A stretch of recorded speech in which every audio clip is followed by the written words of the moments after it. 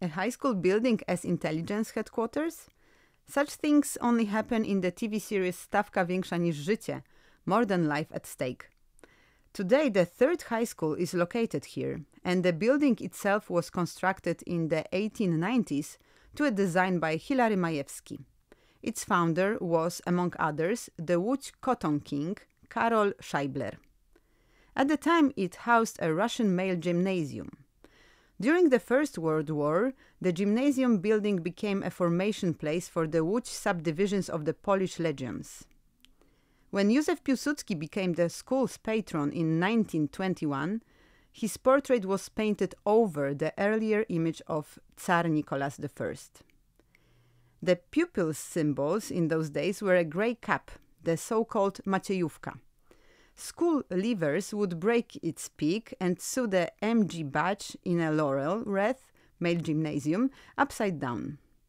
After the Second World War, the school gained a new patron, Tadeusz Kościuszko, and a new name, Third Ogólnokształcąca Szkoła Stopnia Podstawowego i Licealnego, Third Primary and High School. It was not until the 1950s that the Third became a co-educational school, and in the 1960s the secondary and primary grades were separated.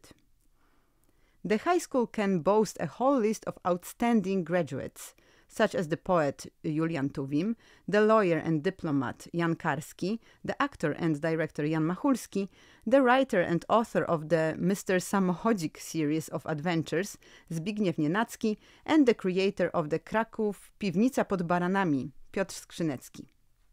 The school building, or rather the square in front of it, appears in the 9th episode of the TV series More Than Life at Stake, directed by Janusz Morgenstern.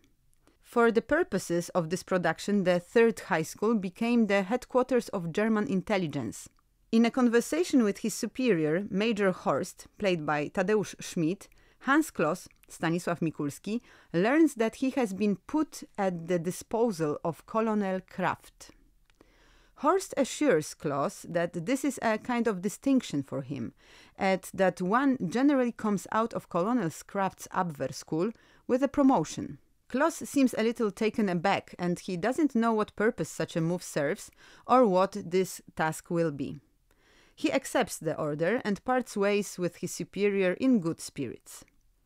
He leaves the intelligence headquarters. This is where we can see the facade of the third high school, gets into a rickshaw driven by Tadek, played by Jan Englert, a member of the conspiracy network, and together they go to its headquarters. The TV series about the Pole, Stanisław Kolicki, who, donning a German uniform, impersonates the Abwehr captain Hans Kloss, became a phenomenon and became a permanent fixture in the collective consciousness. When a new episode began on the television screens, the streets emptied. The actor playing the main role, Stanisław Mikulski, received piles of letters from infatuated female fans, also with a quite serious marriage proposals. Today, it is a cult series with a capital C. And how did it all begin? The idea for a thriller spy series came about in 1964, when the director of the television theater asked Janusz Morgenstern to adapt a book by Soviet writer Yuri Dolt-Mikhailikov entitled Baron for Goldstein.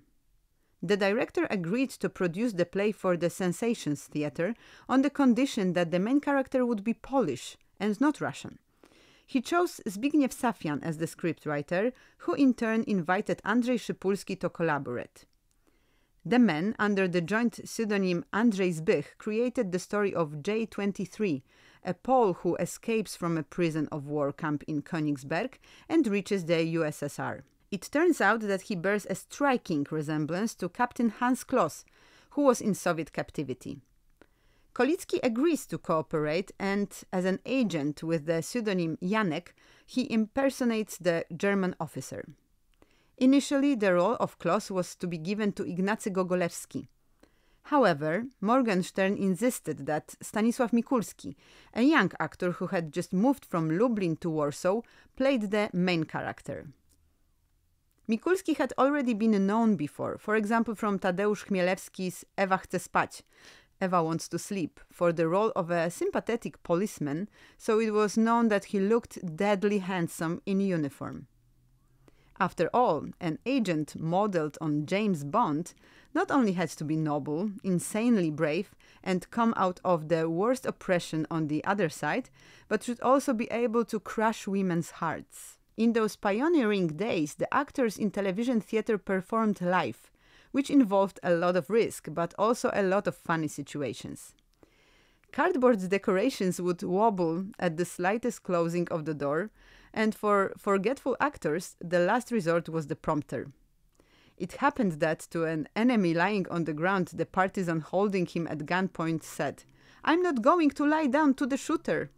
Or when, in one scene, Stanisław Mikulski lies in bed and covers himself with a kilt up to his neck, making sure that no one notices that he is lying in uniform, as there was no time to change his costume.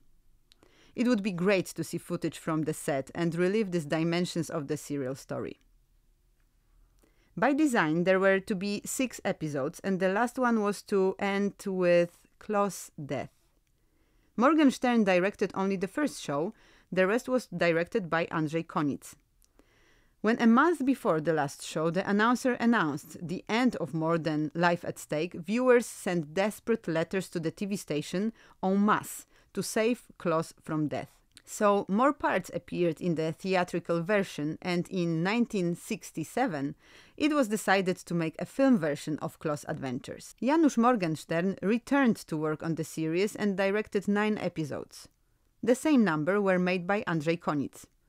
This story shows that the love of pop culture fans, as More Than Life at Stake can be counted among them, is a true superpower. When it comes to the cast, More Than Life at Stake undoubtedly has the face of Stanisław Mikulski. The actor admitted that he liked his character, but the fame associated with it became a kind of burden. Everywhere he went, fingers were pointed at him and he was shouted, "Kloss!" It was difficult for him to stop having been categorized. In one interview, the actor recalled, "I went around to directors begging, and nothing. Well, almost nothing. They gave me the role of Mr. Samochodzik, just another positive character like Uncle Good Advice. That wasn't the role I wanted.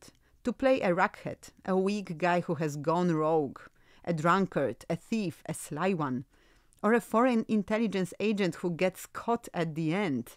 The second actor most associated with More Than Life at Stake is, of course, Emil Karewicz as Herman Brunner in the TV series. Karewicz also played Brunner in the theater version, but there he was shot rather quickly. In the TV series version, he was originally also to play Brunner in first episode. However, he created such a distinctive, strong character that the creators decided to make changes to the script and keep Brunner alive for 5 episodes. The actor spoke with great humor about the character he created. "After all, as Brunner, I appeared in 5 episodes. And where is the justice here? The royalties only flow from 5 episodes, and I suffered the same consequences as Kloss. I was supposed to play a mean Gestapo man. But after all, he probably also had a wife, children, flowers in the garden. I decided to make this character a little more plausible, to show that he was also a man." As a matter of fact, both actors were envious of each other's roles. Mikulski believed that Brunner's character was much more interestingly written than Kloss, while Karewicz said that every actor wanted to play a universally respected character, a leading role. As he recalled, when he played Jagiełło in Krzyżacy, Teutonic Knights, and they brought dinner to the set, they said to give the king first. Interestingly, the first film in which the 2 actors met on set was Andrzej Wajda's Kanal. The remaining roles featured episodically the greatest stars of Polish cinema. Ignacy Gogolewski, Beata Tyszkiewicz, Bronisław Pawlik, Leon Niemczyk, Barbara Chorowianka, Barbara Brylska, Ewa Wiśniewska, Edmund Fetting. It would take a long time to list. A total of around 700 actors from all over Poland appeared in the 18 episodes, mainly from the theatrical circles of Łódź, Kraków, Wrocław and Gdańsk. It even happened that the same actor played someone else in 2 different episodes. Apart from the excellent cast, the series' greatest strength was its well-constructed scripts. The plot, apart from the linear plots stretching over several episodes, does not really create long storylines. Today we would call this type of series a procedural, or case in episode, so that the series can be watched at random. Each episode can function as an independent story, as each contains all the elements needed to understand the plot thread. Although the intelligence intrigues can be complex, they are constructed in such a way that the viewer has no problem figuring out what's going on. The series also gained enormous popularity outside Poland.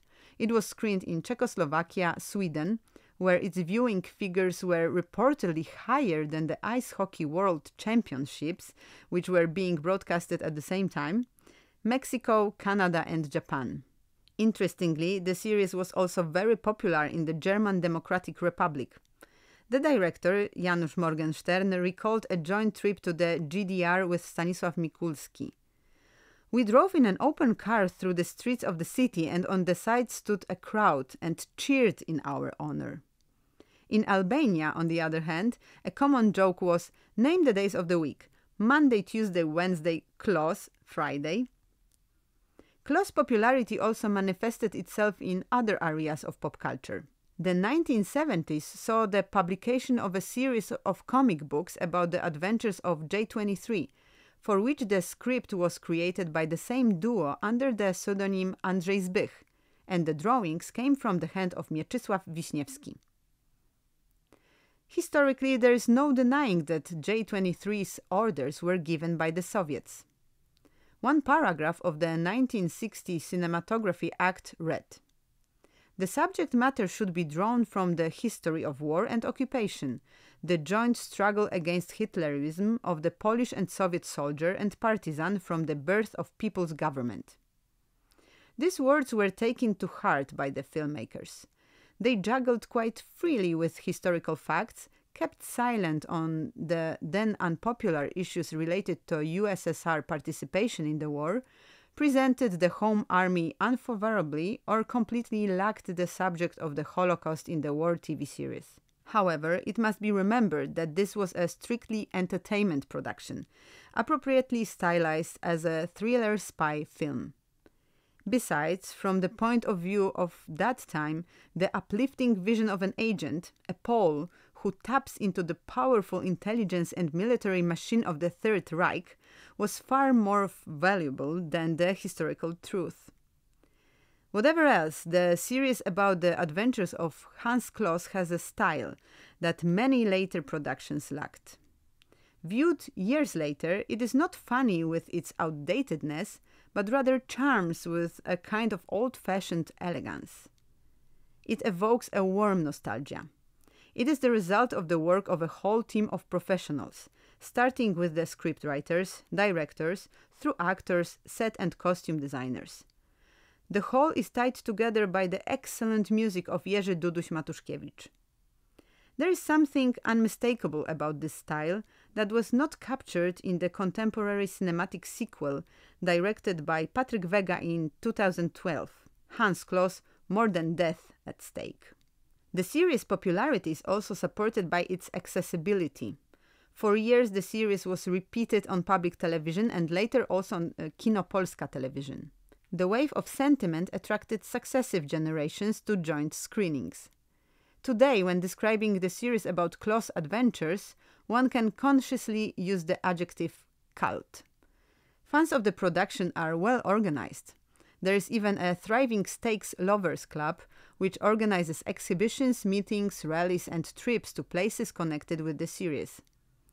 Interestingly, the club's website is called stawkologia.pl, and there is so much content on it that it could easily serve as a kind of encyclopedia for more than life at stake. In 2000, an interesting event took place at Wrocław's Puppet Theatre. For almost 24 hours, nearly 200 people took part in the first open Polish championship in continuous watching of More Than Life at Stake. In the final episode, in which General Willman utters the words, "We are all tired," A choral "us too" came out of the audience's mouths.